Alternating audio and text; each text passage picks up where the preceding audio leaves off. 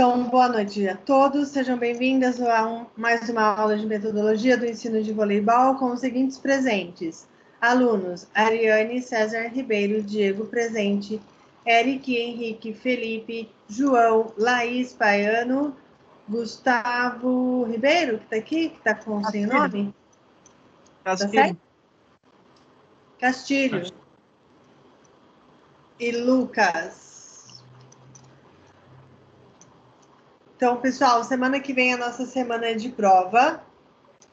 E os conteúdos da metodologia do ensino de voleibol, que serão cobrados na avaliação oficial 1, faz parte da unidade 1 e da unidade 2 do livro didático. A gente conseguiu avançar bem, né, nessa disciplina, então concluindo aí mais ou menos o que eu esperava mesmo no nosso planejamento. Então, estudem pelo livro didático, unidade 1 e unidade 2. Também já coloquei no AVA todos os slides utilizados em cada aula, então vocês podem estudar pelo livro, utilizar pelos slides para estar lembrando os conteúdos. E a prova estará disponível na unidade 1, sessão 1, a partir das 7 horas da noite. Quando que vai ser a prova de vocês? Na próxima sexta, dia 9. Dia 9, a partir das 19 horas, a prova abre e fecha às 19 horas do outro dia. Então, vocês terão 24 horas para realizar essa prova. Acredito que vocês, dando uma lida no livro didático, nas unidades 1 e 2, e passando pelos slides, tenho certeza que vocês farão uma boa prova. Nada que não foi dado será cobrado. Então, fiquem bem tranquilos. O que foi, Felipe? Tá passando mal? Quase. O calor aqui tá tanto, professora, que o ventilador não tá nem inventando mais, tá lançando chama. Parece... Aqui tá mesmo, né? Vocês estão em Arapongas? Eu tô em Sabaldi, do lado, né? Quase Arapongas. Pertinho. César também? César é Apucarana, né? Apucarana. Tá quente também, do mesmo jeito. É 40 graus para cima aqui em Londrina, tá complicado. Não, aqui eu fiquei na academia, né? Na academia tem o termômetro também, que bateu 40, acabou a água, o exaustor não queria funcionar. Nossa, foi terrível hoje. Nossa. A água voltou agora à tarde, agora. E o ventilador tá jorrando fogo, parecendo um lancha-chama. Vem aquele bafo quente de... É só ar-condicionado mesmo para resolver.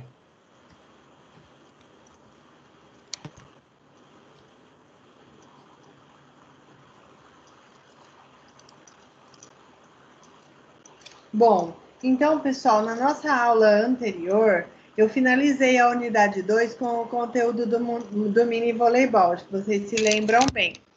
E aí nós combinamos que hoje nós faríamos, então, uma aula em forma de seminário, onde vocês estariam contemplando aí conteúdos de habilidades específicas de desenvolvimento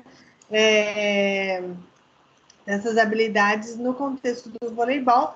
E eu, então, enviei para vocês um artigo e um texto, né, que faz parte do capítulo de um livro, que no final tinha lá 5 perguntinhas divididas em grupo para vocês apresentarem hoje, no intuito da gente fazer uma aula mais conversada, dialogada, mais dinâmica, enfim, mais agradável.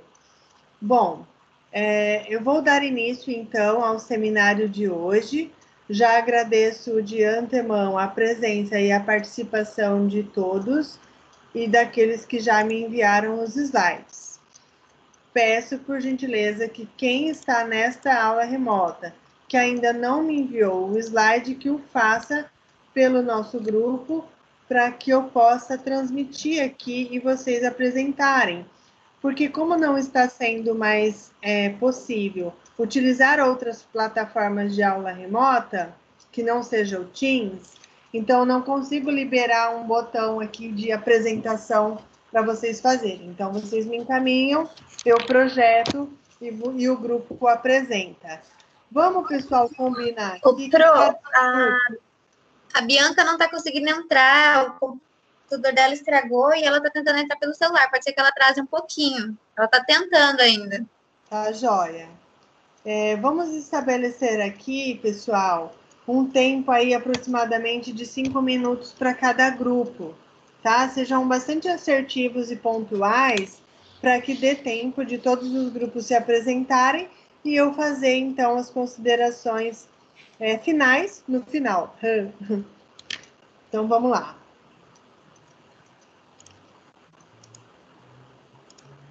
Artigo, introdução e objetivo. Ariane está aí. Sim. O Lucas também. Lucas está? Tô sim. Tá faltando a Bianca, então, é isso? Isso, ela tá Isso. tentando entrar. Tá, então eu vou baixar mais um arquivo que chegou aqui. E a gente inicia. Enquanto isso, a Bianca tenta entrar.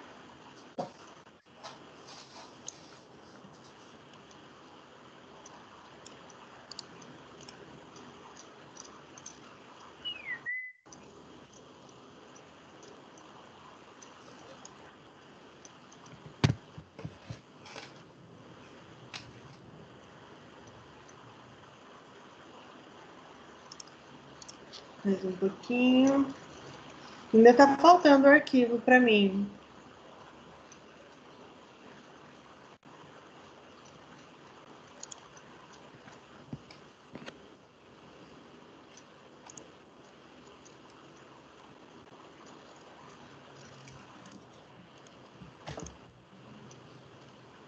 Gabriel e Guilherme não estão aqui ainda. Tá.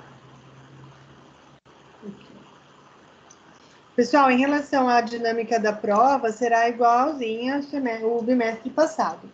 Em questionários, né, pelo AVA. Vocês têm alguma dúvida sobre essa dinâmica, sobre conteúdos da prova? Uma coisa que vocês queiram compartilhar aqui?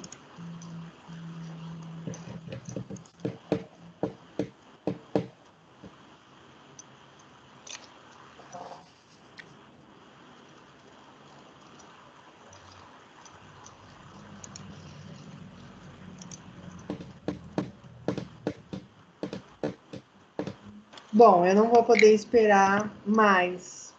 A gente vai ter que iniciar. Ariane com Lucas, na apresentação, então, Ela não chegou? do artigo. Não estou vendo ela aqui, não. Ué, ela falou que tinha dado. Hoje ela falou, senhor?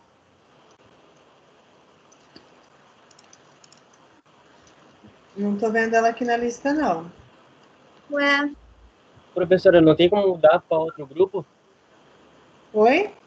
Não teria como mudar para outro grupo? Apresentar primeiro, depois nós? Não entendi. Poderia fazer outro grupo apresentar? É porque vocês são a introdução, né, do artigo. A gente fica meio esquisito. fica meio cavalo manco. Ué, cadê a Bia? Mas, gente.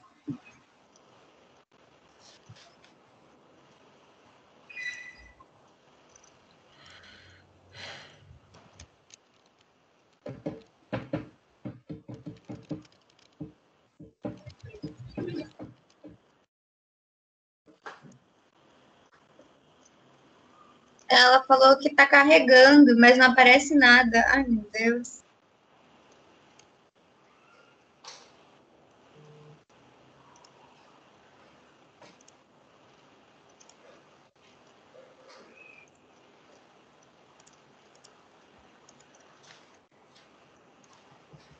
A hora que ela conseguir entrar, ela complementa com a parte que ela vai falar. Tá bom, pessoal? Senão a gente vai atrasar muito, tá bom, Ariane? Tá bom. Ela falou que ela não conseguiu entrar. Tá bom, mas vamos lá. Tá bom. Deixa eu abrir aqui, então.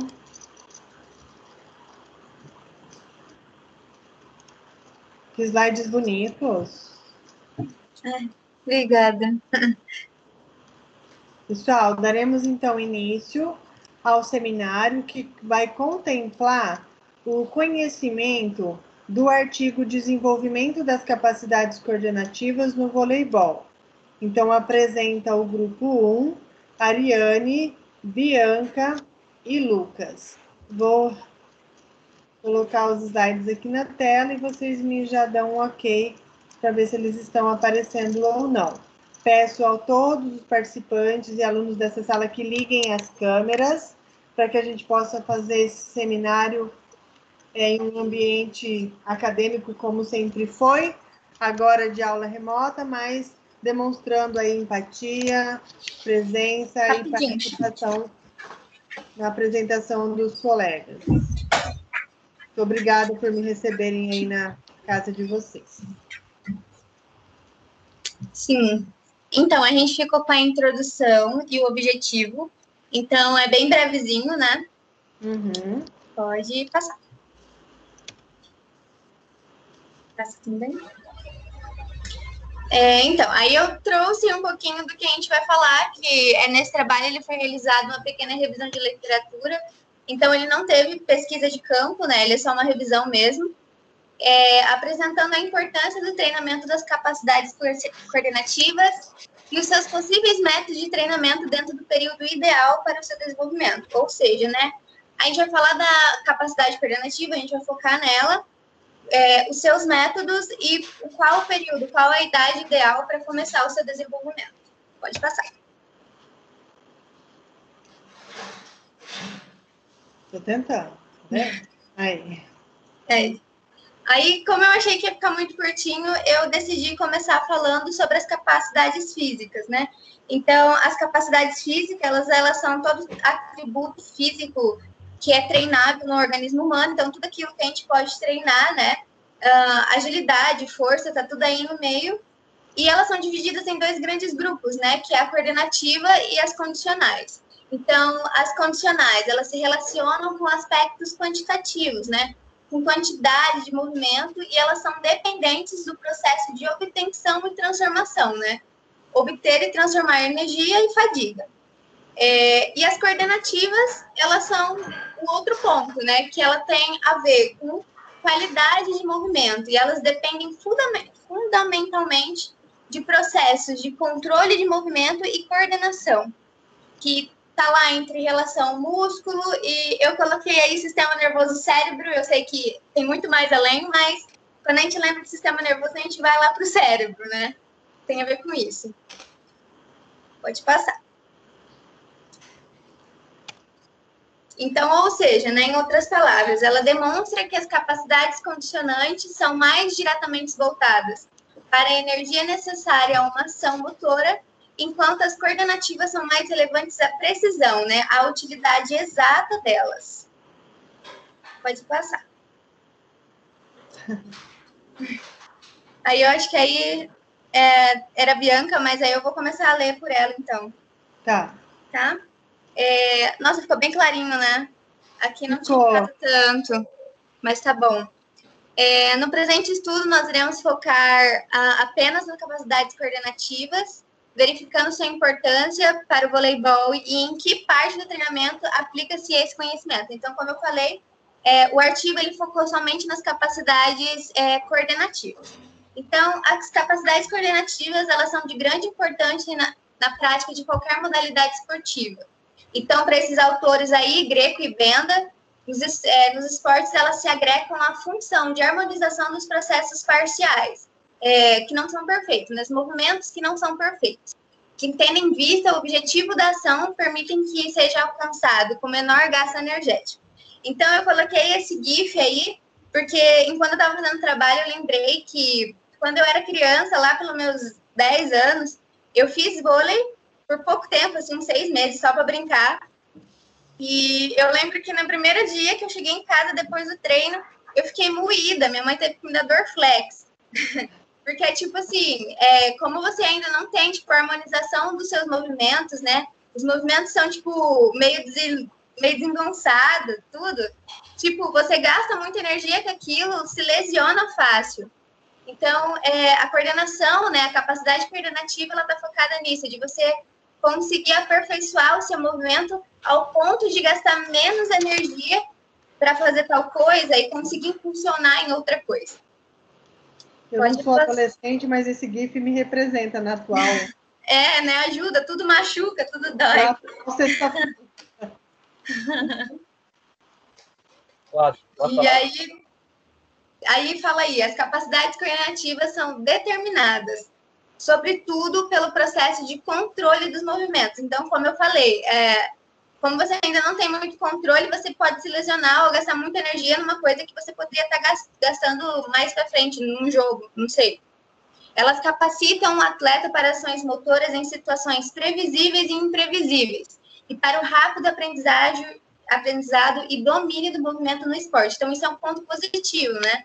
E aí eu tirei lá do arquivo que, devido à grande importância dos aspectos coordenativos em um esporte de caráter aberto, como é o voleibol, possuindo muitas variáveis e troca de percepção em um ambiente estável. Ou seja, o vôlei, o jogo de vôlei é um ambiente estável. Você nunca vai saber qual que vai ser, né? O que o adversário vai fazer, o que você vai ter. Então, quando o seu treinador tenta te ensinar, né? Tenta te colocar a capacidade motora mais além, o atleta em si consegue ter maior percepção do que ele precisa fazer. Tipo assim, ele fica mais ágil na hora lá do jogo, né, no caso. Por exemplo, o adversário vai lá, mete um saque, e aí você tem que ter a percepção que, sei lá, se você dá 4 passos para trás, abaixar e dar uma manchete, você consegue pegar a bola e salvar, entendeu? Então, você precisa ter essa coordenação, essa percepção, e é através da percepção coordenativa, da característica dessa capacidade que você adquire tudo isso. Pode passar.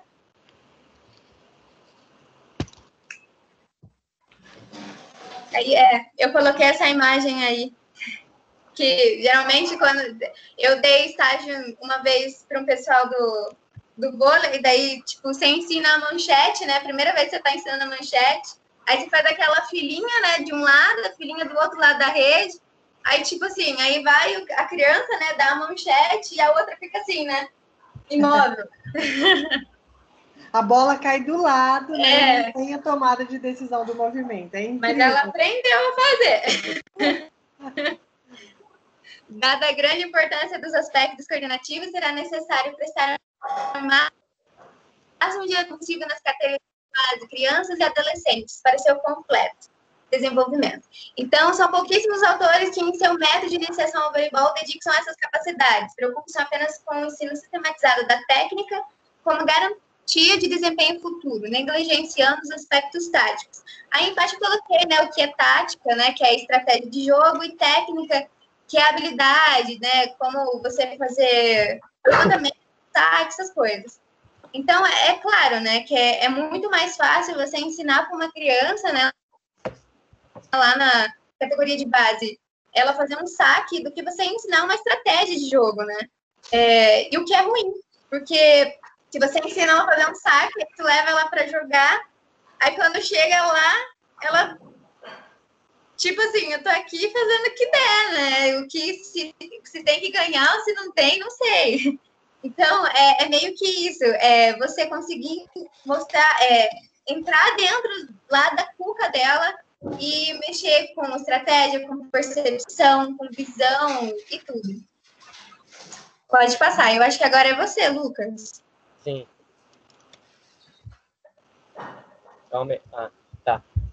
O desenvolvimento das capacidades coordenativas ocorre entre os 7 anos e início da puberdade, observando nessa idade o amadurecimento do CNC, melhoria da função óptica, acústica ou processo de informação. É preciso destacar, segundo plano, a percepção e análise dos próprios movimentos, a presença de imagem e de características dinâmicas. Fugiu. Tá. Temporais e espaciais dos movimentos, do corpo como um todo e suas partes, e a compreensão das tarefas motoras e propostas do planejamento e a capacidade concreta de realizar os movimentos. Pode passar, Sônia. Tá. Quando todos esses componentes estiverem interligados, haverá maior possibilidade de garantir a alta eficácia do movimento coordenado. Aí, se quiser voltar no outro slide anterior, para eu dar uma explicação. Aí fala aqui, né, que o desenvolvimento dessa capacidade coordenativa começa nos 7 anos e o início ali da puberdade, né? Então, tipo assim, é nesse período que você amadurece o seu sistema nervoso central, né? Então, você tem, tipo assim, a criança ou o adolescente, ela vai conseguir ter maior visão, né? Ela vai ter um processo de informação mais rápida. Então, como eu falei anteriormente, né? Se ela estiver lá num jogo, ela vai ter maior percepção do que ela tem que fazer, ela vai ter uma agilidade maior na hora de pensar, na hora de agir, né? E é muito importante isso, né? E depois ela vai também ter percepção e análise dos próprios movimentos. Ou seja, ela vai ter maior firmeza de saber se ela está fazendo o movimento correto, o que ela precisa fazer para melhorar, para ela ter maior, tipo, ganho ali, né? Para ela não ficar se perdendo. É muito importante isso. E no outro slide, pode passar, que fala aí, né, que o final de tudo, a conclusão, que é quando todos esses componentes, né, quando a criança, ela pegar, né, a agilidade, a força dela, ela entender quais são os movimentos corretos que ela deve utilizar, né, quando o sistema nervoso estiver amadurecido, quando ela ter maior percepção de tudo, aí vai ter um movimento coordenado, vai ter um atleta coordenado, vai ser firmeza. E é isso. Muito bem. Obrigada, Ariane e Lucas, pela excelente apresentação da introdução do artigo. Foram até um pouquinho além, né, explorando aí mais informações, trazendo um contexto mais completo. Adorei os slides, achei muito bem feitos. A gente vê, né, nessa apresentação o quanto vocês têm um carinho, um respeito, uma responsabilidade pelo trabalho acadêmico, e isso certamente reflete na vida profissional futura de vocês, né? É na graduação que a gente vê, né, o aluno que leva a sério e se responsabiliza por aquilo que apresenta. Então, muito obrigada pela participação de vocês, parabéns pela apresentação deste trabalho, dessa introdução do artigo, e eu ia deixar para fazer as considerações finais, mas grupo a grupo eu já vou fazendo e a gente já vai fechando cada bloco. O que eu gostaria de perguntar para a Ariane e para o Lucas, que vocês fiquem à vontade para responder, ou se não souberem pedir ajuda, e a gente bate um papo em relação a isso. Professora, desculpa atrapalhar. O Gustavo Castilho, ele está pedindo para entrar, ele teve que desconectar, não sei o que aconteceu lá, ele está aguardando. O acesso está liberado a todos. Ah, é? Tá. Se aparecer aqui, eu autorizo. Quem está com a autorizado? Então, pessoal, vou fazer aqui a pergunta para a Ariane, porque eles começaram a apresentar o artigo e eles falaram que o voleibol é uma modalidade de características motoras abertas. E aí eu fiquei pensando, né? Abertas, capacidades motoras abertas, se tem abertas, tem as fechadas. Será que vocês saberiam me diferenciar o que é uma capacidade coordenativa aberta e o que é uma capacidade coordenativa fechada? Fiquem à vontade para explorar aí a pergunta. Liga o áudio, Ariane. Eu tinha pesquisado isso, eu só tenho que achar aqui no meu esboço. Ajuda ela, Lucas.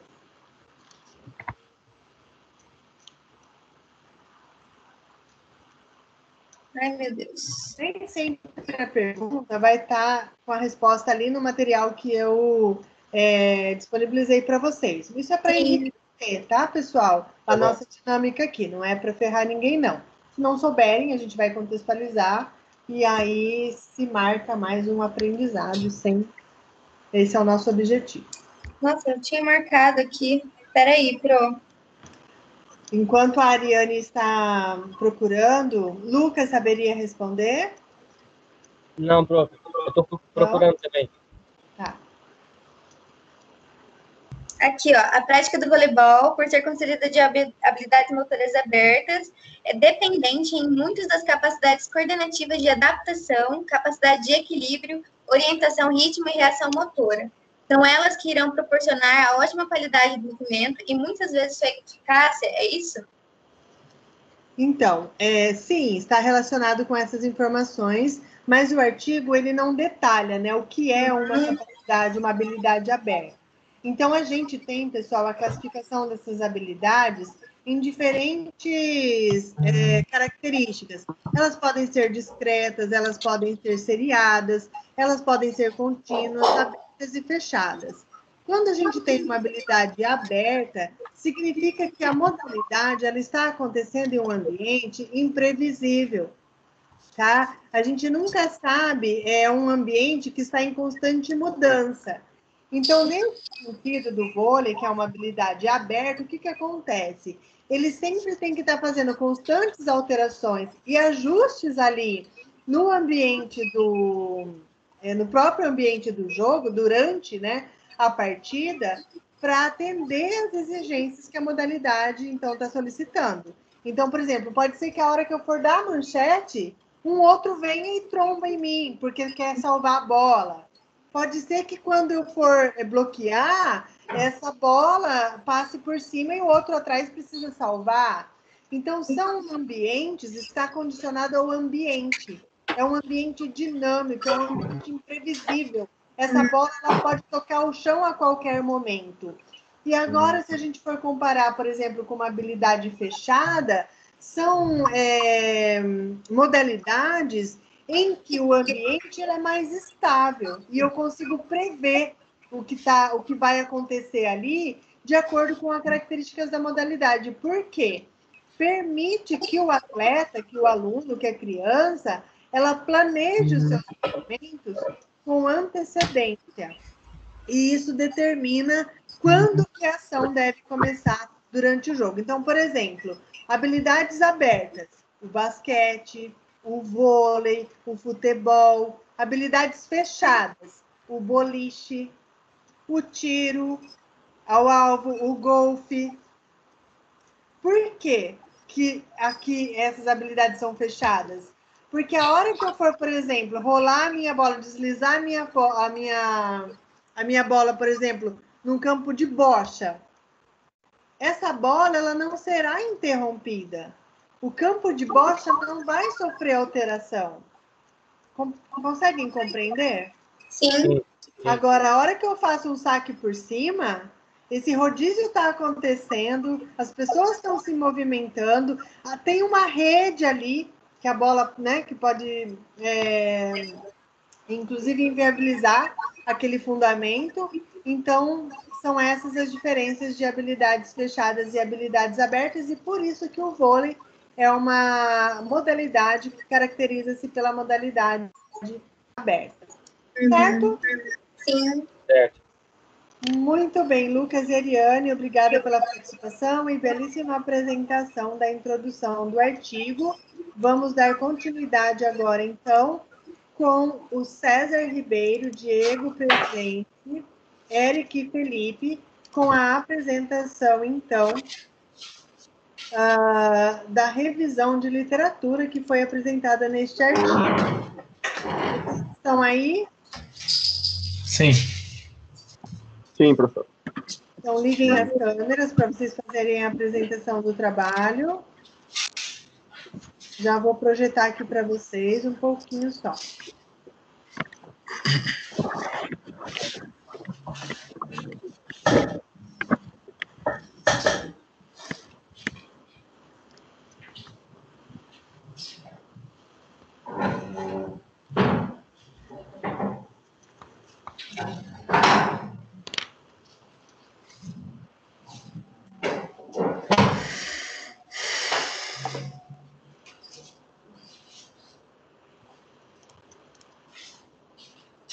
Cadê o César? Está aí.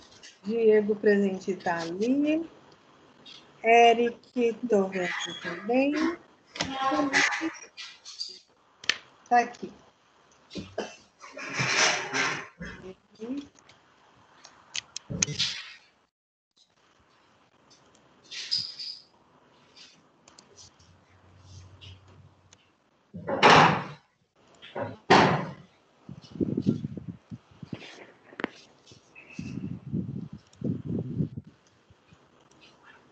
Fiquem à vontade, menino. Bom, então, boa noite a todos, boa noite aí. A gente vai falar sobre o artigo, né, de desenvolvimento das capacidades coordenativas no voleibol, e a gente ficou responsável pela revisão da literatura, né. Então, o que eu tenho para slide, que a gente dividiu em 4, né, para cada um falar e explicar bem o tema. Que o voleibol, ele, tipo, movimentos ao decorrer do jogo, são atividades, são movimentos treinados que são aplicados, né? Então, ele deve se atentar muito para a importância das capacidades coordenativas do esporte. Porque, como a professora mesmo falou na primeira apresentação, durante o jogo pode acontecer tantas coisas ali, que, tipo, igual você falou, na hora da manchete pode chegar alguém e trombar em você, e aí você tem que se arrumar ali, se desdobrar para conseguir consertar o lance. Então, o vôlei, ele treina, basicamente, habilidades motoras específicas, que elas devem ser aprendidas e aperfeiçoadas, né, treinamentos, e sendo aplicadas no jogo. E, basicamente, esse esporte, ele tem uma complexidade muito grande e usa muita percepção ali do momento de você conseguir agir rápido para conseguir salvar uma bola no chão e estar atento a todo momento, que num desvio a bola pode ir para o outro lado, sempre que você estava pronto para ficar ali no meio, por exemplo. É um esporte muito complexo, muito rápido, e tem que ter uma percepção muito rápida, senão você vai ficar perdido literalmente no jogo. Agora eu passo a palavra para o Sérgio. Pode passar o segundo slide, professor.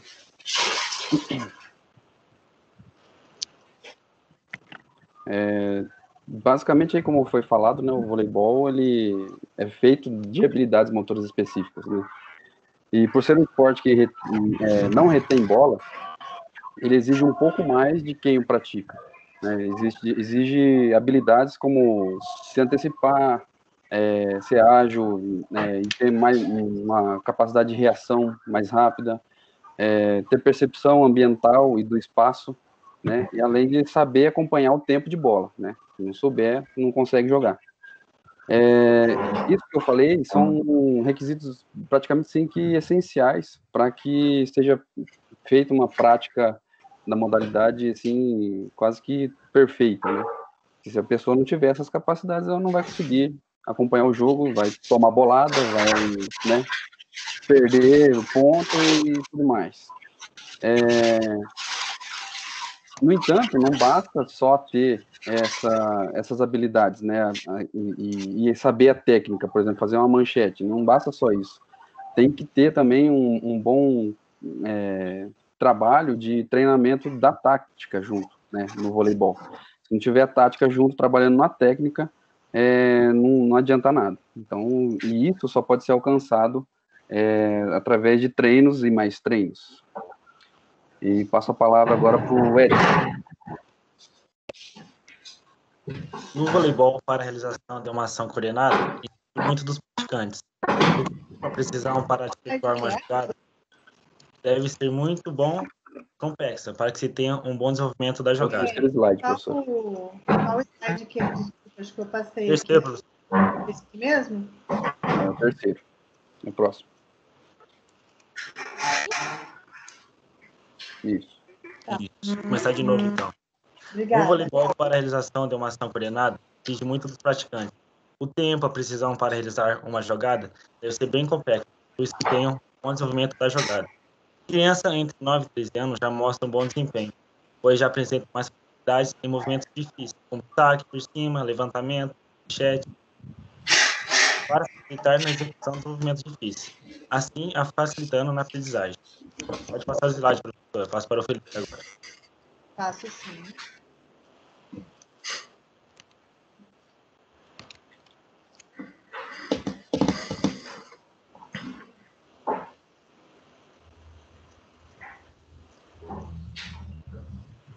Nossa, tá bem ruim a internet aqui. Estou ouvindo bem. Aí. Tá escutando, professora? Estou. Então, como os meus parceiros de grupo falou, né, o vôlei precisa de muita técnica e tática.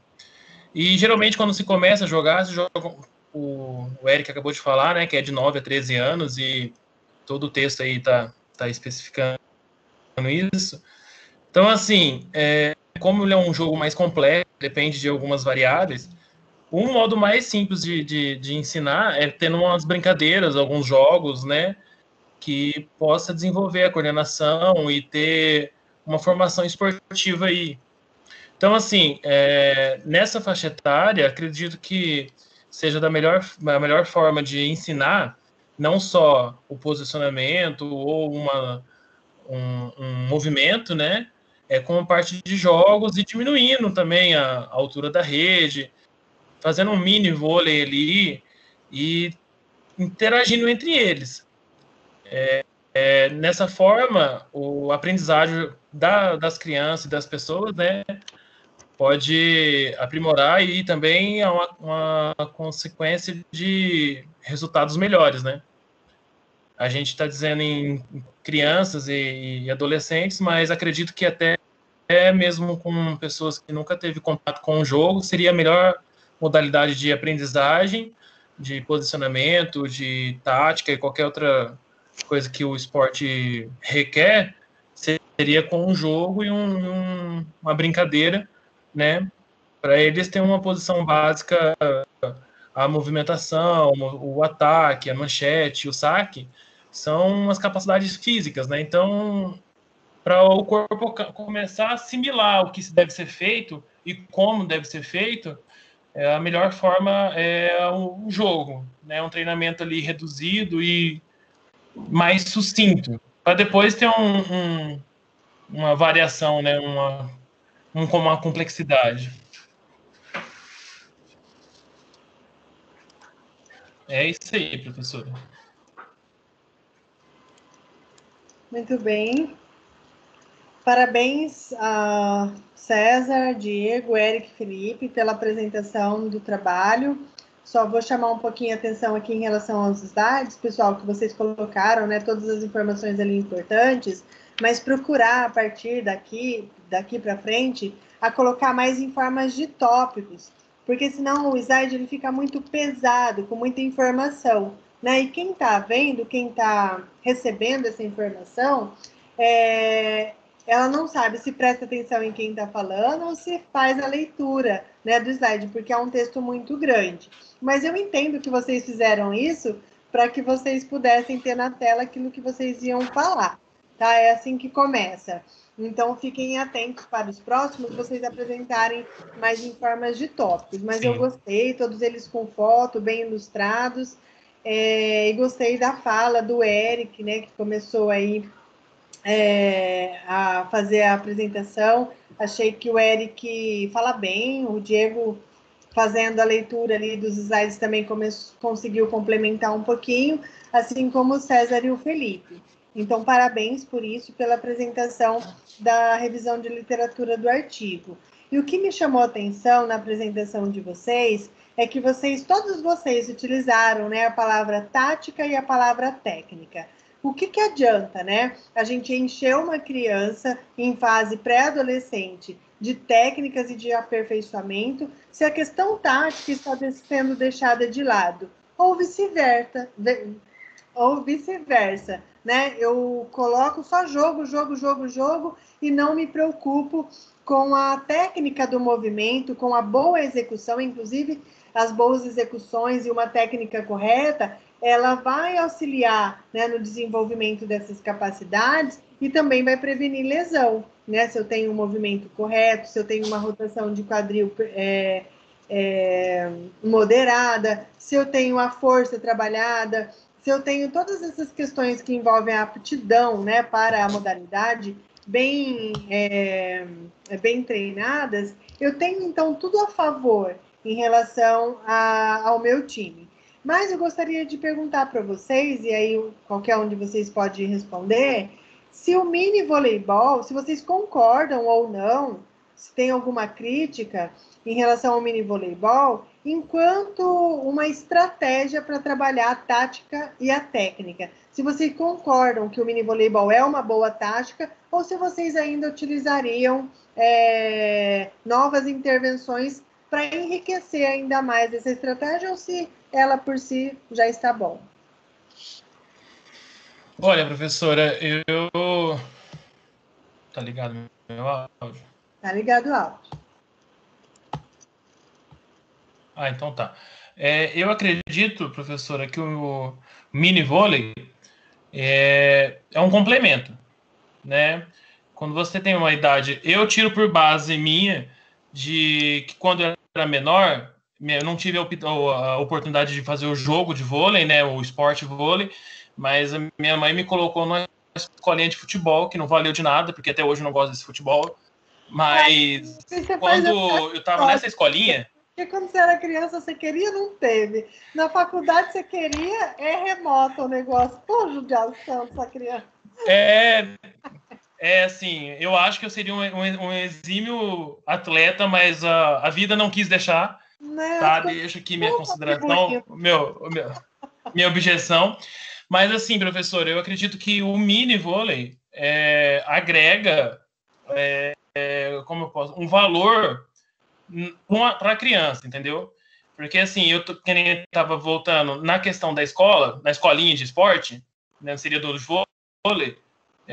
Se você dá só tática, só técnica de como fazer e escrever no quadro o que deve ser feito, a criança, além de desanimar, além de perder o foco ali, né, ela acaba sendo chato para a criança. Porque quando eu fazia essa escolinha, o professor dava, sei lá, uma aula inteira de como chutar a bola e não dava o jogo. O mini jogo seria um incentivo, uma recompensa. Pronto, ensinou como faz, vamos jogar. Enquanto E aí sim entraria esse mini jogo. Porque também entendeu? Ele não é assim, ele está sendo como uma recompensa. Ele não está sendo, você não vai lá para jogar o vôlei, você vai lá para aprender o vôlei. Entendeu? Então, assim, você vai começando de pouco. Eu acho que é uma estratégia muito válida, desde que seja utilizada certo, né? Porque eu como um futuro consumidor de uma escolinha de vôlei, se meu filho vai para lá e só joga a bola para cima e para baixo, eu não gostaria. Então, pensando numa área assim, nessa parte, eu acredito que um mini vôlei é válido sim, mas desde que seja utilizado da forma correta. Sim, é muito comum a gente ver, ainda em pleno século XXI, intervenções exatamente assim como o Felipe está contextualizando aqui, pessoal. A criança, ela quer jogar. Se ela vai para o basquete, é basquete que ela quer jogar. Se é para o vôlei, é vôlei que ela quer jogar. E acontece muito de se focar muito nas questões técnicas, nas questões da aprendizagem dos fundamentos, e o jogo ser um prêmio, uma recompensa para quem participou, para quem estava bonzinho, para quem estava treinando. Né? E o jogo, ao meu ver, assim como o Felipe contextualizou, ele precisa ser a base. Então, primeiro eu jogo, primeiro eu envolvo as minhas crianças, primeiro eu encanto a criança com a modalidade. A partir do momento que eu tenho o encantamento da criança com a modalidade, eu consigo trabalhar técnica, eu consigo fazer repetições de fundamentos, lógico, né? Respeitando a faixa etária, né, da infância e a transição para a adolescência, porque é aquelas frases que eu sempre gosto de dizer. A gente tem que ensinar o esporte, a gente tem que ensinar mais que o esporte, a gente tem que ensinar a criança a gostar do esporte e ensinar o esporte para todos. Eu acho que esse combo, ele resume, né, tudo aquilo que a gente está contextualizando aqui.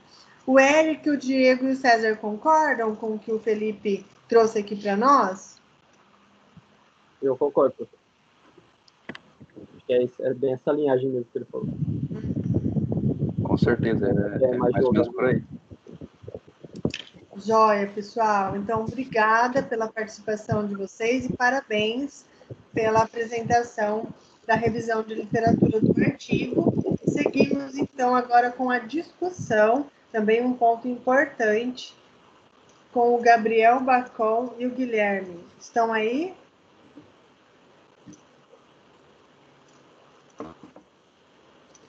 Não estão? Parece que não, né?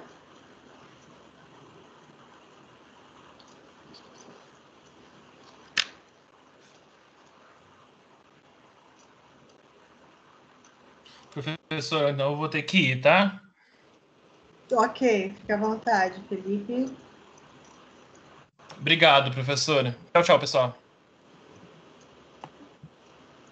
Guilherme, Gustavo, Gabriel Bacon e Guilherme não estão?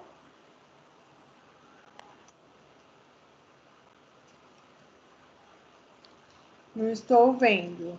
Então, vamos para as considerações finais. Gustavo Castilho e Gustavo Ribeiro estão?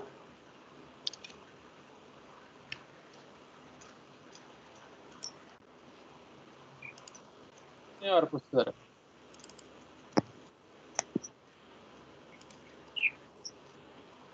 Ok. Cadê o Gustavo Castilho? Estou aqui, professora. Consegue ligar a câmera? Já liguei, não está aparecendo? Ah, para mim não, é que demora um pouquinho, daqui a pouco aparece. Ah, tá bom. Vou projetar aqui os slides então e a gente faz as considerações finais do artigo.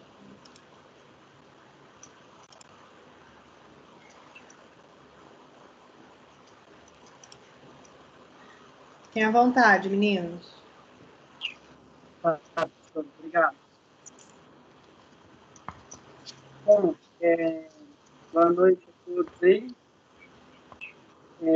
Eu, Gustavo Castilho e o Gustavo estaremos falando sobre as considerações finais do artigo, do desenvolvimento das capacidades coordenativas do voleibol. E agora, professora, por favor, pode passar para você o slide seguinte? Claro. Bom, agora dando sequência nas considerações finais, vou estar falando um pouco da importância de aprender os movimentos específicos do voleibol. E assim, bom, quando ainda na infância, você está desenvolvendo os movimentos específicos de uma forma diversificada, com bastante dinâmica, é de extrema importância. Porém, tem que tomar cuidado, pois o profissional da educação física, por precipitado um pouco, pode acabar frustrando tanto o seu aluno como a sua aluna também. No caso, tipo, se pular etapas que são de extrema importância. E, assim, quando o profissional da educação física, ele segue essas etapas, respeitando o tempo certo de cada etapa, no futuro, ele vai trazendo benefícios com o repertório motor, tanto do seu aluno como da sua aluna. E conforme for evoluindo, vai avançar em certos estágios e daí ele vai chegar mais preparado quando for passando de categoria para categoria na modalidade. E agora, o Gustavo Ribeiro, ele estará terminando de concluir as nossas considerações finais e vai estar comentando um pouco sobre o desenvolvimento das capacidades motoras coordenativas e também da responsabilidade do profissional da educação física na atividade. Ok, obrigada, Gustavo.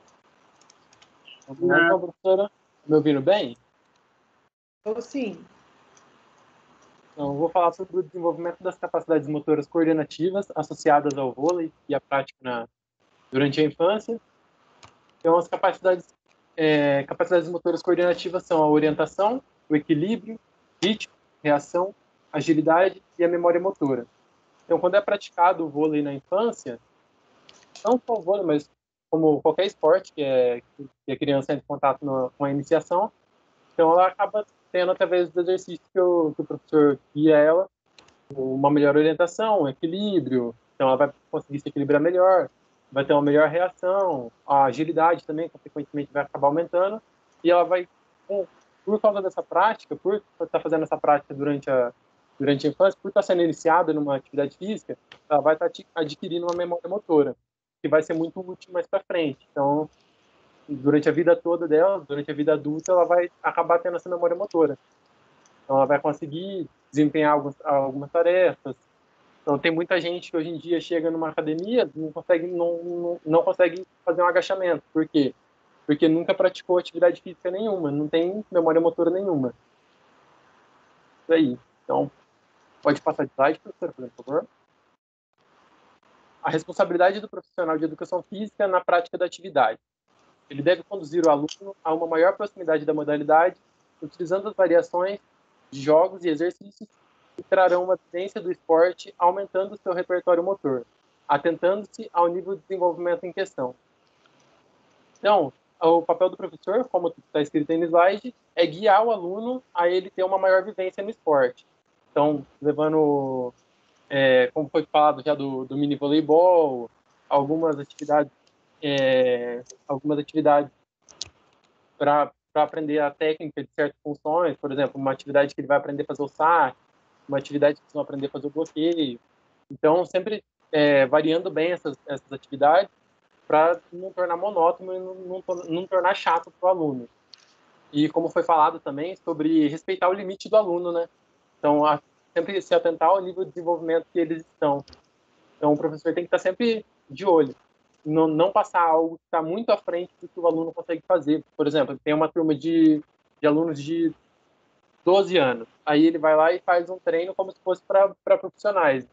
Então tá errado, porque eles não vão conseguir ter o mesmo desempenho que um adulto que já joga há muito tempo vai ter. Então esse daí é o papel do profissional da educação física nessa caminhada do voleibol. Muito bem, Gustavo. Gostei muito da apresentação de vocês. Os slides também bem bonitos, organizados, facilitando, né, a exploração do conteúdo que vocês prepararam para nós hoje.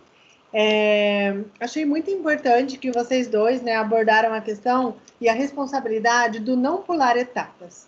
Né? O que eu estava dizendo para o grupo anterior, que a gente precisa, sim, colocar o jogo como um fator principal da nossa aula e não como uma bonificação, mas não necessariamente ele precisa ser um jogo oficial. Ele pode ser em formas de brincadeiras, em formas, né, de diferentes atividades desafiantes, mas que a criança tem ali as condições de, ao mesmo tempo que vai fazendo os movimentos, os fundamentos da modalidade, mas que vá também aprendendo a se movimentar com a bola, sem a bola, e que vai, então, esgotando as habilidades básicas. Se a gente não esgotar as habilidades básicas o máximo possível durante a infância, a gente não consegue aperfeiçoar. Aperfeiçoar o quê? Se eu não tenho a base. E aí eu vou perguntar para vocês, Gustavo, quais são as habilidades básicas que a gente precisa trabalhar, assim, pensando em um esgotamento de possibilidades? Vocês lembram? Habilidades básicas? Sim. Então, lembrar. Vamos lá. São aquelas habilidades que a gente tem que, assim, trabalhar desde pequenininho, desde a educação infantil até lá pelos 8, 9, 10, 11, 12, até chegar na pré-adolescência, para que na adolescência, como a gente já tem essa base, a gente começa a combinar essas habilidades, trabalhando, então, não mais com as básicas, mas com as especializadas. Seria correr, saltar. Exatamente. O que mais? Tem um nome esse correr e saltar.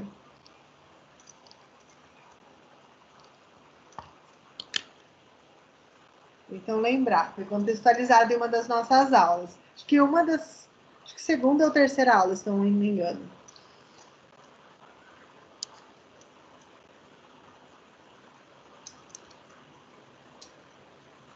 Correr, saltar, como você estava falando, Gustavo, estão relacionadas à locomoção, né?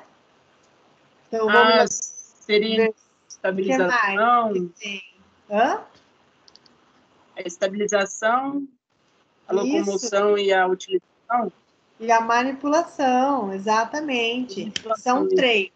Então, a locomoção. Então, se eu vou trabalhar a habilidade básica, a locomoção, então eu vou oportunizar as minhas crianças, os meus alunos, a se locomoverem das mais diferentes formas por meio de jogos e brincadeiras. correr de costa, andar de lado, engatinhar, rolar pela quadra, pelo colchonete, inventar novas formas de se locomover, com um pé só, com o outro, girando. E aí vocês vão esgotar essas possibilidades. Aí as habilidades de estabilização são aquelas de redução de ponto de apoio, que estão envolvidas a questão do equilíbrio, que também é muito importante na questão do voleibol, que se trabalha muito o equilíbrio dinâmico. E aí a gente tem as habilidades manipulativas, que é o próprio voleio, né? O próprio fundamento do vôlei já traz essa habilidade manipulativa, que é de manipular objetos, no caso do vôlei, então a bola, né? Então, a partir do momento que eu esgoto essas possibilidades, aí eu consigo combinar um salto, por exemplo, com uma manipulação de bola no corte, por exemplo, numa cortada. Eu salto e corto ao mesmo tempo. Mas se eu não sei saltar, como que eu vou fazer, né, duas coisas ao mesmo tempo? Então, eu parto das habilidades básicas para depois combiná-las, transformando-as em habilidades especializadas. É isso, meninos. Gostei muito da apresentação de vocês, espero ter esclarecido essa questão das habilidades básicas especializadas. Parabéns pela apresentação do trabalho, obrigada por me receber aí no cantinho de estudo de vocês. Obrigado, professora.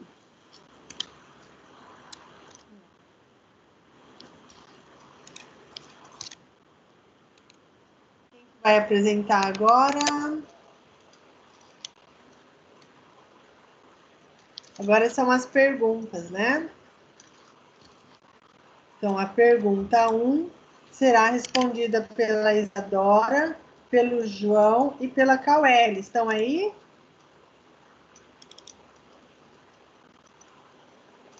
Beleza, professora. Acho que Beleza. só veio só. Oi? Só tá eu só. A Cauelle acho que teve um problema lá, que ela não conseguiu ler o artigo, disse que teve um problema com a mãe dela de saúde e não ia conseguir apresentar. E a Isa, desde que começou as aulas, ela não apareceu na aula, sei lá. Não se sabe. Não contato nem nada. Aí sobrou. Eita, João. Então, vamos lá. Deixa eu só anotar aqui que você está presente e já projeto os seus slides.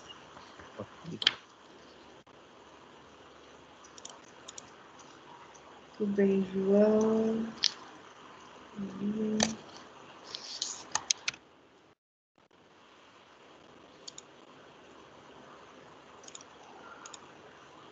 Barreira de proficiência, é isso? Isso. Fique à vontade, João. Já pode começar pelo segundo slide, professora. O primeiro é mais uma apresentação. Tá ótimo. Minha pergunta, professora, ela trata a respeito da barreira de proficiência e qual a sua importância. A barreira de proficiência, ela pode ser tratada como uma barreira gerada por um baixo nível de coordenação motor ou um baixo nível de desenvolvimento motor.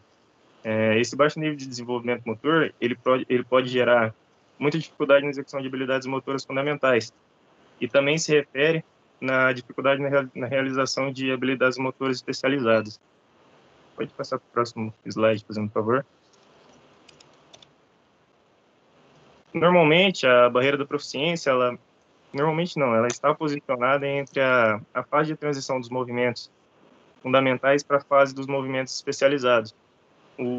A criança que sofre com essa barreira, ela não consegue evoluir, ela fica presa na fase dos movimentos fundamentais pela sua falta de movimentos maduros. Ela tem dificuldade em manipulação de objetos e até mesmo em atividades de locomoção. Isso faz com que ela seja incapaz, acabe que suas habilidades sejam insuficientes para que ela possa atingir um nível proficiente na obtenção de habilidades voltadas para algum esporte ou alguma atividade física visando algum rendimento. Pode passar para o próximo.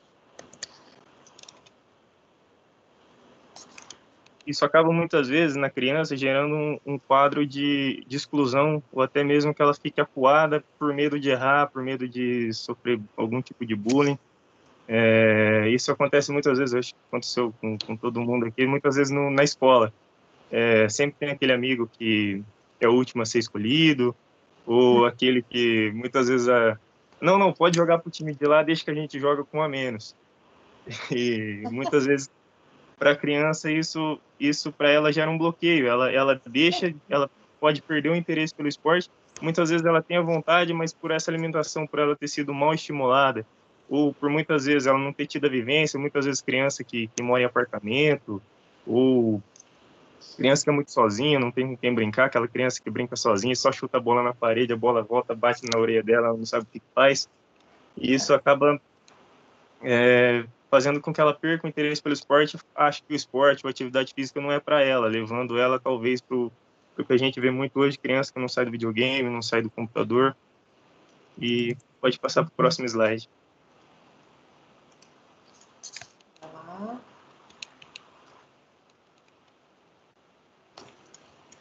Isso gera nela uma diminuição do seu potencial motor.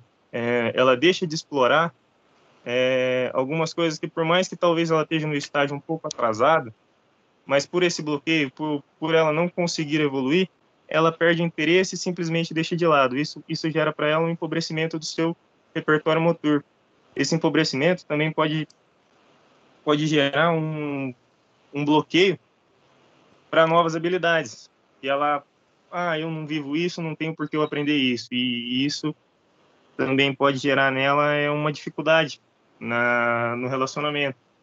Igual a gente vê muitas crianças que preferem o mundo virtual do que o mundo real. Ela no videogame ela desenrola, ela conversa com o cara do outro lado do mundo, mas coloca ela com outra criança, ela não consegue dividir um brinquedo, ela não consegue conversar, ela não consegue interagir.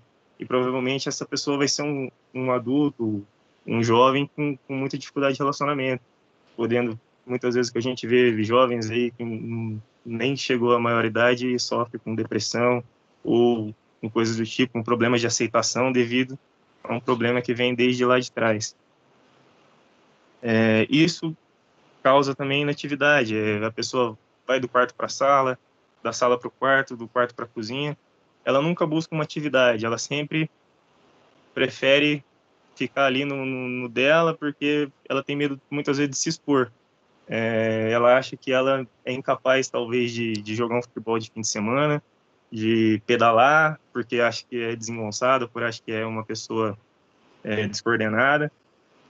E isso gera nela, com o passar dos anos, provavelmente essa pessoa vai ser uma pessoa sedentária, uma pessoa que não busca atividades ao ar livre, não busca estar em movimento, busca sempre estar na frente da TV, assistindo alguma coisa, ao invés de sei lá, sair e colocar o corpo em atividade. Próximo slide, por favor, professor.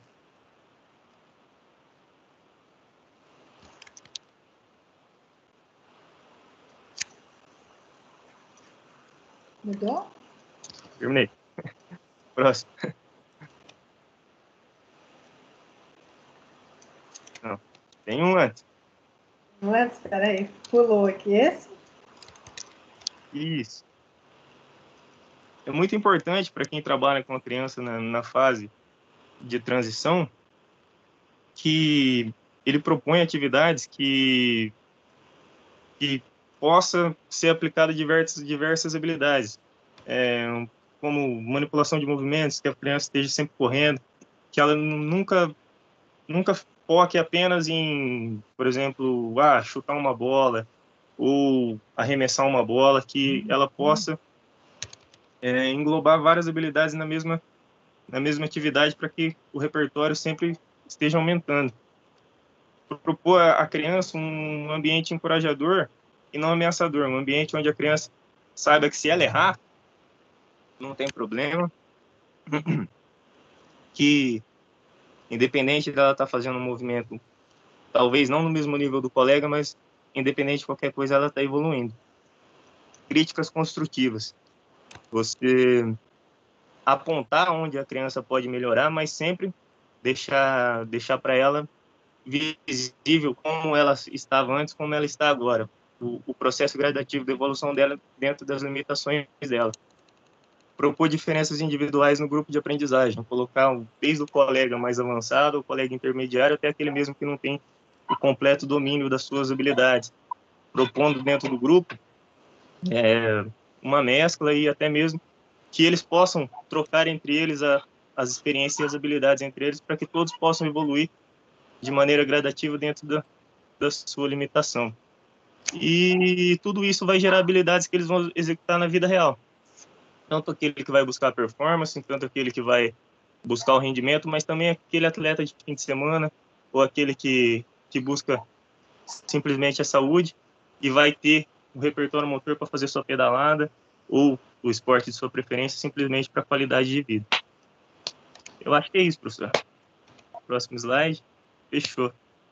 Legal, João. Poxa, como você é articulado, fala bem, conseguiu. Que slides inteligentes que você separou aqui para nós. Gostei demais da sua apresentação e da forma com que você as organizou para trazer para nós. Ficou muito didático e foi muito fácil de compreender a mensagem que você trouxe para nós. Eu fiz algumas anotações aqui, você verbalizou a questão da desistência, né, do atleta por conta da falta de capacidade, né, a falta da proficiência Ela estava desencorajada. Oi? Ela estava ficando desencorajada, acho que aquilo não é para ela, que vê os colegas em um nível e ela em outro, fala, poxa, isso aqui não é para mim. Sim, e a gente precisa pensar que o voleibol não é um dom, ela é uma capacidade que pode ser, né, esses fundamentos, os movimentos que compõem essa modalidade, são capacidades coordenativas que podem ser desenvolvidas. Então, se esse adolescente, por exemplo, não teve a oportunidade de vivenciar as habilidades básicas e ele chegou lá na sua mão, né, não é porque ele tem 13 anos que você já vai jogar, já vai colocar ele num jogo oficial, porque ele já está num estado de amadurecimento mais, né, próximo, ou já deve estar vivendo com certeza a puberdade. E não é por isso que ele está pronto para ir para o voleibol, por exemplo, 4x4. De repente ele esteja lá no 1x1. É por isso que a gente tem que tomar cuidado em relação à idade biológica e cronológica e ao que foi vivenciado, né? Como que foi o desenvolvimento desse adolescente? Foi criado com a avó? Foi na frente do computador? Não participou de nenhuma outra modalidade? Não vivenciou, a corporeidade não foi explorada, né? No sentido das práticas corporais, as lutas, os esportes, as danças, os jogos. Então, uma criança que vem com essa barreira de proficiência, ela precisa não ser rejeitada, mas acolhida pelo profissional de educação física, para que então ele identifique o seu estágio de desenvolvimento e comece com ela pelas habilidades básicas, né? Propondo pouquinho, os desafios da modalidade, para que, em primeiro lugar, o nosso primeiro desafio não é ensinar o esporte, é ensinar a gostar dele. Se a gente ensina a gostar, pronto, 50% do seu time está composto, né? Porque você tem o gosto, o encantamento por estar ali e receber as suas diretrizes. E também chama atenção em relação ao, essa criança está atrasada, né? Ou esse atleta, né? Ou esse aluno, ele está atrasado. De repente, ele está atrasado comparado àquelas crianças que tiveram essas oportunidades. Mas, de repente, ele não esteja atrasado considerando a sua realidade, as suas limitações, os desprivilégios que ele teve durante o seu crescimento em comparação às outras. Por isso que é importante a gente usar o princípio da individualidade biológica, que cada ser é único, né? E nem sempre todos os que têm 12 anos trarão consigo ali a transição e o aperfeiçoamento das habilidades. Um ou outro, de repente, precise, se não a maioria, precise ali esgotar as habilidades básicas, e quem vai proporcionar isso da melhor ou da pior forma é o profissional de educação física. E o que é proficiência, né, João? É a capacidade de, né? A capacidade de realizar. Então, a falta de capacidade, a falta de proficiência frustra, desanima, mexe com a autoestima, que é tudo isso que você muito sabiamente colocou aqui para nós. A pergunta que eu tenho para você é: um aluno chegou na tua escolinha, João, com essa falta de proficiência. Hã?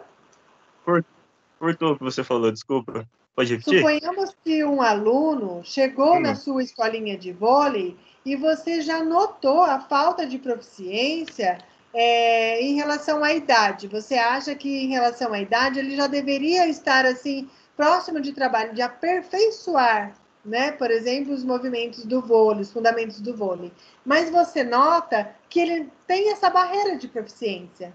Qual seria a sua estratégia para que você não perca esse aluno? Afinal de contas, cada aluno ele representa um valor mensal, porque a escolinha sobrevive de alunos. Então, o que você faria para não perder esse aluno, mas que, acima de tudo, esse aluno goste dessa escola, goste da modalidade e tenha laços afetivos com você? Qual a estratégia que você utilizaria? Professor, eu acho que até eu utilizaria um tópico que eu coloquei até no slide, que seria a diferença individual nos grupos de aprendizagem. Fazer com que ele tivesse o convívio com crianças de diferentes níveis, de diferentes idades, para que ele pudesse ver que pode ter gente do nível dele, tem gente no nível um pouco superior, assim como tem gente desempenhando um nível muito alto.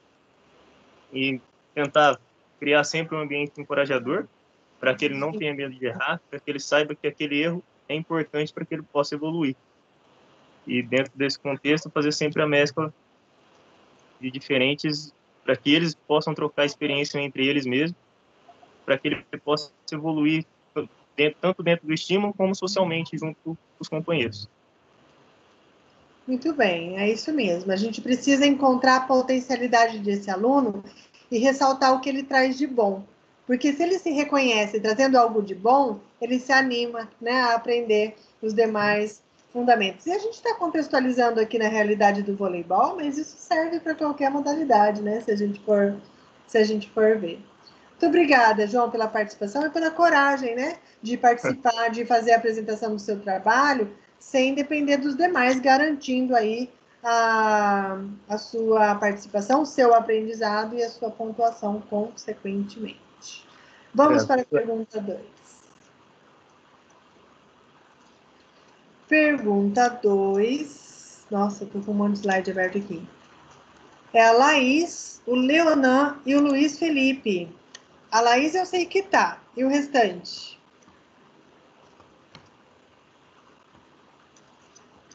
Oi, Laís.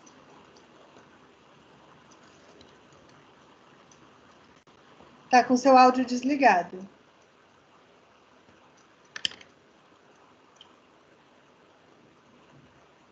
Não tô ouvindo.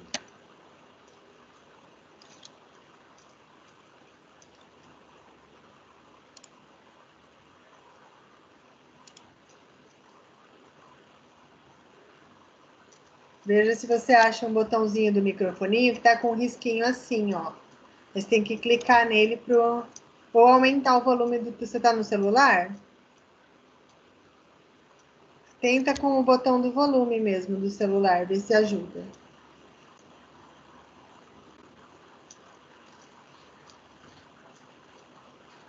Não? Ou clica na tela, daí embaixo vai aparecer uma barra de opções para você habilitar do ladinho da câmera, onde você habilitou a câmera, tem o microfone.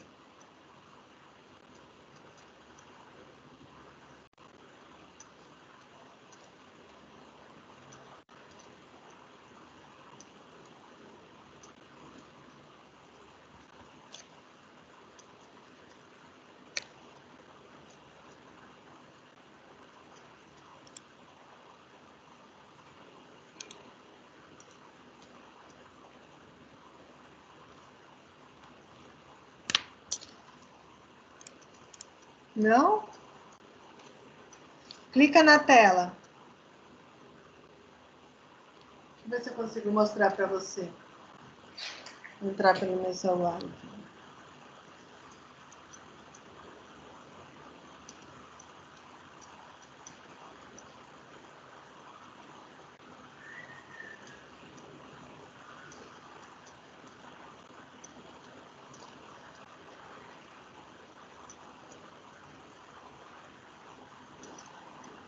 Eu consigo te ver, mas não consigo te ouvir. Aonde você clicou para aparecer a câmera, no mesmo lugarzinho do lado tem um microfoninho. Não está habilitando.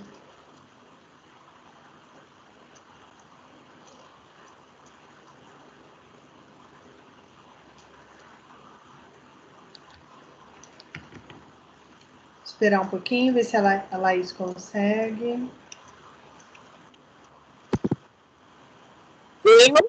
Agora sim.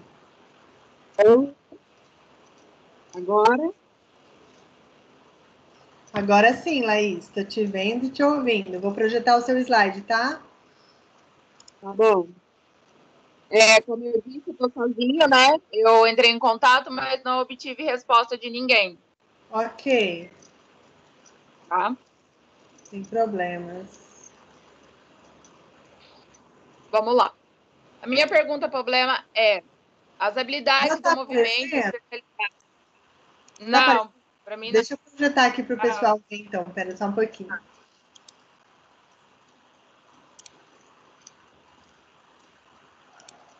Pronto, Laís. Fique à vontade. A minha problema é: as habilidades do movimento especializado podem ser desenvolvidas antes da obtenção de uma performance proficiente nas habilidades do movimento fundamental. O que seria um movimento fundamental? Aqueles movimentos que a gente começa a perceber onde a criança tem uma certa deficiência, onde a criança pode estar indo, onde a criança não consegue estar fazendo, a gente tem que ter um certo freio. Tem crianças super desenvolvidas, mas tem crianças que já são um pouquinho mais travadas, né? E pode passar? Aí entramos numa discussão. Tratamos de habilidade de movimento especializado, falamos de associação de movimentos maduros e refinados. O que seria um movimento maduro e especializado? Seria um movimento de habilidade associadas para desportivas ao complexo específico de habilidade de movimento.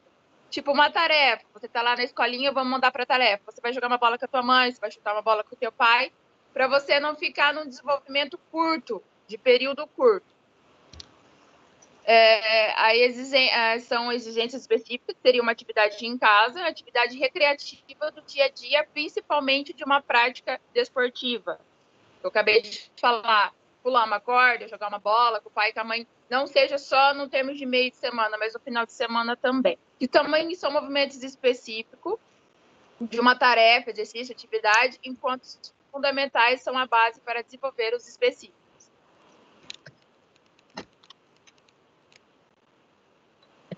Quando tratamos de habilidade de movimento especializado, associação de movimentos maduros e refinados, que eu acabei de comentar, são complexos específicos adaptados para exigências específicas.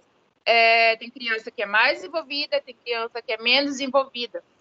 Então, a gente começa a não excluir a criança menos desenvolvida, mas dar uma atenção a mais para ela, ou fazer grupinhos onde a gente pode dar um pouquinho mais de atenção e a pessoa desenvolvida ela já começa a caminhar sozinha. Adaptados para exigência específica de uma atividade recreativa.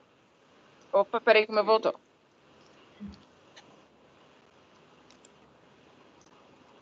Eu estou no slide certo? O meu travou. Você tá. O meu travou tá. Aqui.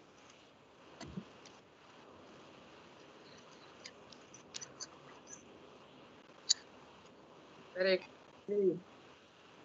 O desenvolvimento dos padrões fundamentais de movimento como andar, correr, saltar e arremessar segue a sequência de estágios, representando níveis graduais de proeficiência, isto é, o controle motor. Próximo aos 6 anos, grande parte das crianças possui um potencial de executar a maioria das habilidades de movimento fundamental. Início e desenvolvimento para os movimentos especializados. O desenvolvimento humano compreende as mudanças contínuas que ocorrem no indivíduo desde a concepção ao nascimento até a morte. O desenvolvimento, o que acontece? Espera aí, que travou de novo. O desenvolvimento, ele é fundamental porque envolve a criança, onde ela se encontra no período 4 a 7 a 6 anos, onde é desenvolvida a coordenação motora, controle motor, habilidade de cada fase da criança. Nessa fase, é importante a exploração de habilidade do indivíduo para que no futuro não seja detectada um tipo de deficiência. Como eu disse na outra aula, eu tenho várias alunas de várias idades. Eu passo um polichinelo, é complicado para elas estar fazendo polichinelo, elas não conseguem estar coordenando a mão e o pé junto. Oh, meu Deus. Então, sério. Então, assim, é uma deficiência que faltou lá atrás, um estudo, um professor que faltou uma atenção e faltou estudar essa parte de coordenação motora nela, né? E aí...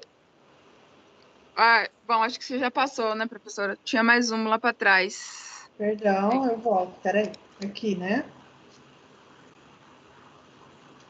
Eu estou lá na modalidade desportiva, é um fenômeno que chega a ser um sociocultural, que envolve a prática voluntária de atividades predominantes, uma atividade física competitiva, mas com finalidade de recreação predominante na atividade física, tanto na competitiva e de lazer. Foi o que eu te falei. Meio de semana podemos jogar eles numa escolinha, jogar uma coisa mais firme, mais competitiva, e final de semana dar uma tarefinha com finalidade de lazer.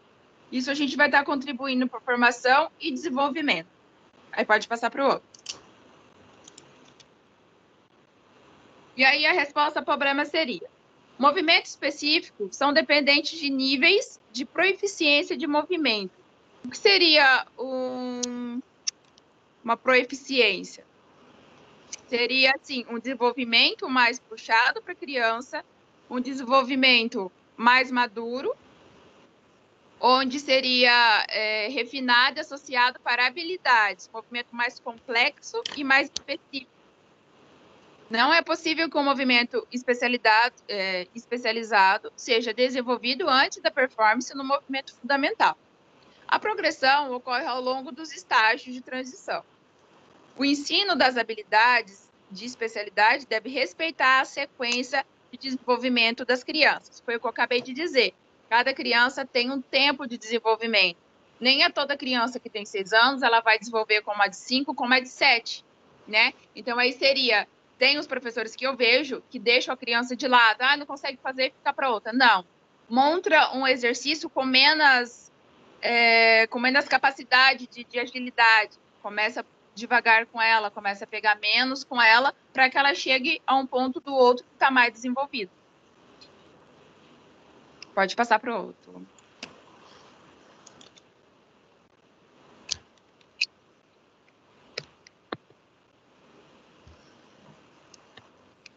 Bom.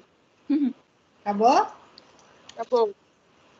Parabéns, Laís, pela sua apresentação. Cadê você? Muito obrigada por me receber aí no cantinho aí de estudo. Pela coragem também, né, de fazer a apresentação que era em grupo, mas sozinha, garantindo aí a sua aprendizagem, a sua pontuação, a sua participação. Então, já te parabenizo por isso.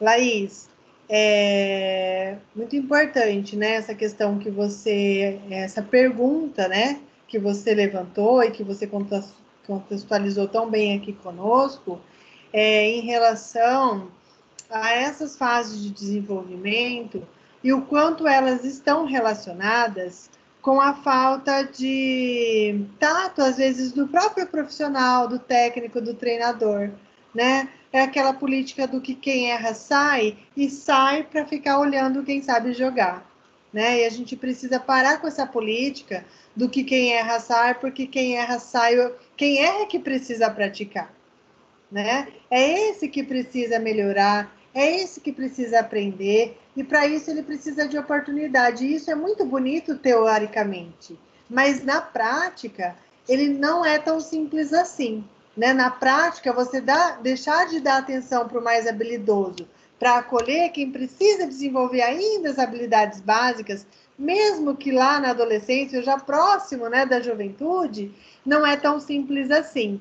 E o profissional que tem essa política de privilegiar os mais habilidosos, ele está mais voltado para o rendimento, né? Ele não ele está mais voltado para resultados, né? Mas dentro de uma escolinha de iniciação esportiva, eu defendo a prática de eu posso sim voltar o meu olhar para o resultado e para a alta habilidade, mas eu não posso deixar para trás, né? Quem não está no mesmo perfil de desenvolvimento, de habilidades, para trás. Né? Eu tenho que formar, eu tenho que pegar um estagiário, eu tenho que oportunizar que alunos da educação física vivenciem essa prática. Né? Ou então que o meu sócio, ou que o meu colega de trabalho esteja, ou outros profissionais da nossa área, estejam, então, atendendo, né? Voltando às atividades, às tarefas, os jogos, as brincadeiras, dentro da modalidade, para que essa criança, então, volta-se sempre, né, naquela roda, ensinar a gostar do esporte, né, por meio dos seus desafios. E nunca está requerendo mais do que o aluno pode te dar, porque realmente isso causa um problema e você perde o seu aluno e, de repente, um talento, né? Porque nem sempre o mais habilidoso é o mais talentoso, é o que vai brilhar, né, numa competição. De repente, se você investe a sua atenção em crianças que precisam, né, vivenciar as habilidades básicas, você tem aí resultados surpreendentes, e eu falo isso porque eu já vivenciei isso em quadro, né? Uma criança que a gente olha e visivelmente a gente fala, ih, não vai dar em nada, é ela que foi para o pódio. Então, isso é muito surpreendente na nossa área. E daí, Laís, o que eu vou perguntar para você em relação à pergunta, né?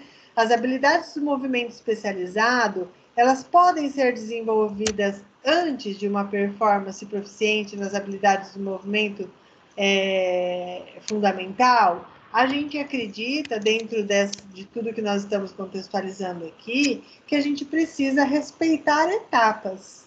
Então, a gente vai esgotar, primeiramente, as habilidades básicas, né? E aí eu gostaria que você me desse exemplo de habilidades especializadas dentro da modalidade do voleibol. Se você consegue visualizar o que seriam essas habilidades especializadas dentro da modalidade. Eu vou falar sobre assim, o meu dia a dia. O que hoje elas... Dá para me ouvir, professora? Sim. Tá? O que hoje eles estão grandes e deveriam ter feito lá. Realmente, não devemos pular etapas, mas o que é o básico? O básico hoje até eu, às vezes, tenho problema. Vamos supor, numa habilidade de esquerda e direita. Vamos brincar, cadê esquerda, cadê direita? Vamos saltar, vamos engatinhar, vamos passar por baixo da corda, vamos saltar, vamos correr. Tem aluna hoje que não sabe fazer agachamento, não sabe, não tem uma coordenação motora. Vamos brincar vamos fazer, tipo assim, uma brincadeira de equilíbrio. Vamos colocar um copo em cada mão, uma laranja em cada mão. Então, eu acho assim, são fases que temos que começar a perceber o desenvolvimento de cada criança, o desenvolvimento motor de cada criança, trabalhar certinho. Foi aquilo que eu falei, não vamos tirar ela de campo, vamos fazer grupos. Tem 3 bons e 5 dificultosos ali, devagar, então vamos separar, vamos fazer grupo. Eu penso dessa forma. Sim, Laís, tem sentido. E eu volto a, então, reforçar, né, a questão que as habilidades especializadas, Laís, que elas estão presentes lá na quadra, né, no voleibol, são as habilidades básicas combinadas. Então, eu não vou só saltar, eu vou saltar e golpear a bola, eu vou mergulhar e fazer uma boa recepção, eu vou fazer um bloqueio, mas ao mesmo tempo eu estou bloqueando com as mãos, mas durante um voo, né, durante um salto. Então, é a combinação da base, né, que forma as habilidades especializadas. E o vôlei, tá assim, né, de as habilidades especializadas. o próprio mergulho, o saque por cima com salto, o bloqueio, o próprio levantador, quando faz o voleio da bola, direcionando-a para onde ele quiser, né, para frente ou para trás, dentro da dinâmica do jogo. Então, é rica de oportunidades e é uma modalidade que certamente vai privilegiar o desenvolvimento de crianças, adolescentes e qualquer faixa etária, né? Se a gente fazer as devidas adaptações. Laís, parabéns pela apresentação do seu trabalho, pela coragem de vir sozinha, né, em grupo, fazer a apresentação da sua parte. Eu entendo que não é fácil, mas você se saiu muito bem. Parabéns pela sua apresentação, viu? Obrigada por me receber aí no seu cantinho. Obrigada. Vamos agora, então, para a pergunta número 3. A pergunta em que os Mateus iam responder, né? Cadê os Mateus? Eles estão aqui na sala? Eu tô. Tá sozinho também, Mateus?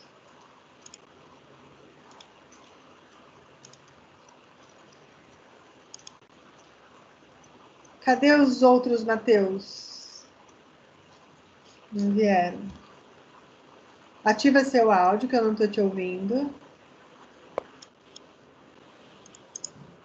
Tá ouvindo? Agora sim. Então, não.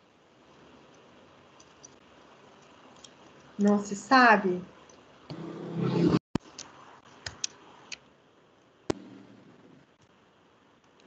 Espera aí, professor. Tá. Aí. Então, o Matheus vai fazer para nós a apresentação da pergunta 3. Acho que já está aparecendo aqui os slides para nós. Matheus, fique à vontade. Boa noite. Boa noite. Então, minha pergunta é: se o esporte juvenil é tão popular entre as crianças, por que há uma taxa de desistência tão alta? Bom, então, quando a gente pensa em esporte para crianças, o que tem que ficar em maior evidência é o desenvolvimento que vai trazer para o futuro dessa criança estar dentro da prática esportiva. O que for de rendimento, qualquer outra coisa que vier com isso futuramente, na fase que tiver na infância, tem que ser deixado de lado.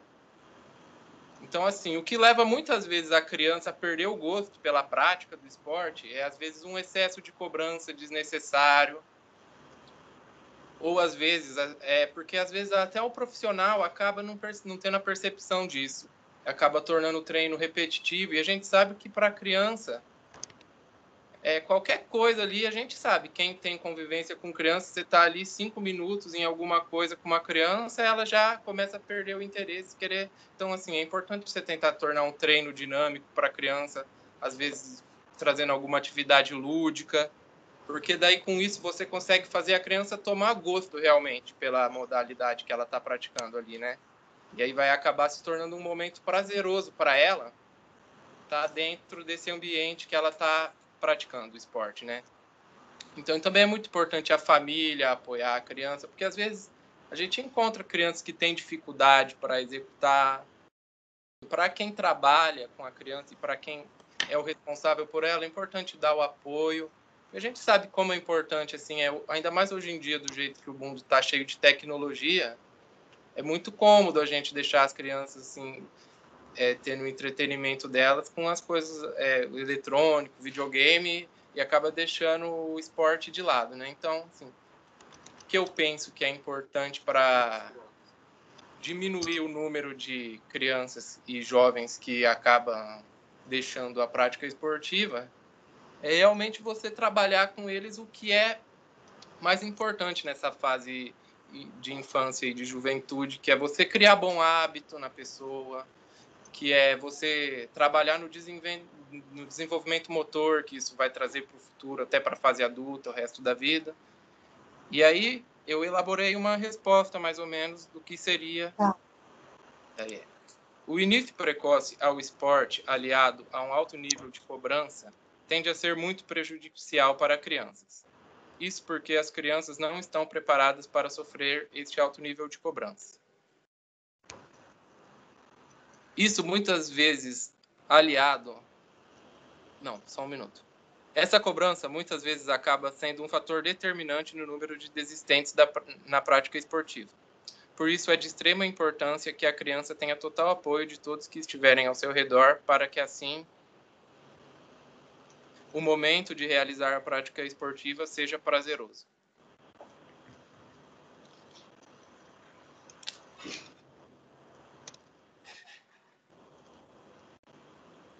Acabou? Aham. Tava nervoso, Matheus? Tava um pouco. Parabéns pela apresentação do seu trabalho. Também gostei da apresentação ali do seu slide. Colocou um textinho ali no final, né, para ler. Respondendo, então, a pergunta que foi direcionada, né, para o seu grupo. Que bom que você apresentou o seu trabalho, garantindo aí a sua aprendizagem independente dos demais. Né? Não era essa a ideia, mas você não deixou de apresentar, garantindo aí a sua também pontuação parcial na apresentação desse trabalho, tão importante. Então, parabéns pela sua apresentação. E o que me chamou a atenção na sua fala é que, como que a gente vai, né, exigir, por que as crianças desistem? Poxa, eu abro uma escola, vem 30 crianças, 20 desiste. Por quê? O que a gente está fazendo nessa iniciação esportiva que, em vez de aumentar o número de alunos, está diminuindo? Né? Se a gente for parar para pensar em alto rendimento, eu só quero os bons, porque eu quero resultado e eu quero rendimento, eu quero pódio, senão eu vou perder o patrocínio do meu parceiro, né? Mas se a gente for pensar tanto em empreendedorismo quanto o contexto social, a responsabilidade que nós temos com a nossa profissão, a gente precisa, né, abrir campos para que as crianças, tanto que já tenham vivenciado estágio a estágio, estão prontas para aperfeiçoar suas habilidades, quanto para acolher e beneficiar crianças que precisam ter oportunidade de desenvolver as habilidades requeridas pelo vôlei, né? Imagina uma criança que quer muito jogar vôlei, mas, meu Deus do céu, é uma dificuldade para entender, por exemplo, como se faz uma manchete. E que bom, né, que tem essas crianças, porque se todos viessem super habilidosos, a gente ia entrar onde nessa história, né? Aonde que a gente... eu nunca me esqueço que eu trabalhei na Arel, uma época, uma associação recreativa e esportiva aqui de Londrina, um clube, né, de recreação, e eu dava aula de ginástica rítmica para as crianças desse clube, e uma das baixinhas chegou para mim e falou assim, mas, prof, eu não sei fazer isso. Aí eu falei, que bom que você não sabe, porque eu estou aqui exatamente para isso, né, para te ensinar. Se você soubesse, para que eu ia estar fazendo aqui? Então, é muito importante a gente ter esse olhar acolhedor, né? Mesmo que seja uma iniciação esportiva, mesmo que seja numa escola onde você requer, almeja aí trazer competições, mas que você tenha várias leques de atendimento dentro dessa atuação. E aí, Matheus, o que eu gostaria de fazer uma pergunta para você, no sentido de que o treinador, ele não pode querer mais que o atleta, né? O treinador, ele pode almejar conquistas, resultados, mas ele não pode querer mais que o atleta, porque não vai adiantar, né? Quem tem que querer é a criança, quem tem que querer é o atleta, mas antes dela querer, eu preciso encantar ela com o esporte. E aí, qual estratégia você utilizaria, por exemplo, para engajar, para que essas crianças não desistam, mas para que elas permaneçam ali na sua escola de vôlei? Olha, igual eu falei durante a apresentação, eu ia trazer durante meus treinamentos alguma atividade recreativa, usando algum elemento que fosse da modalidade. E igual foi dito também dos primeiros trabalhos, se a criança foi atrás de alguma escolinha que seria de vôlei, no caso, é porque ela tem um interesse em estar jogando vôlei. Então, eu procuraria trazer o máximo de contato possível com o jogo de vôlei para as crianças. Muito bem, Matheus. Obrigada pela apresentação e sua participação. Acho que é nesse caminho mesmo que a gente tem que ir. Obrigada por me receber aí no seu cantinho de estudo, viu? Obrigado. Pessoal, que beleza! Temos aqui ainda a pergunta 4 e a pergunta 5, mas eu não estou vendo os participantes destes grupos. Se estão aí, por favor, me deem aqui um sinal de fumaça. Não estão? Os responsáveis pela pergunta 4 e pela pergunta 5 são o Pedro, o Renan e o Ronaldo. E pergunta 5, Vinícius, o Wellington e o Antônio. Não estão?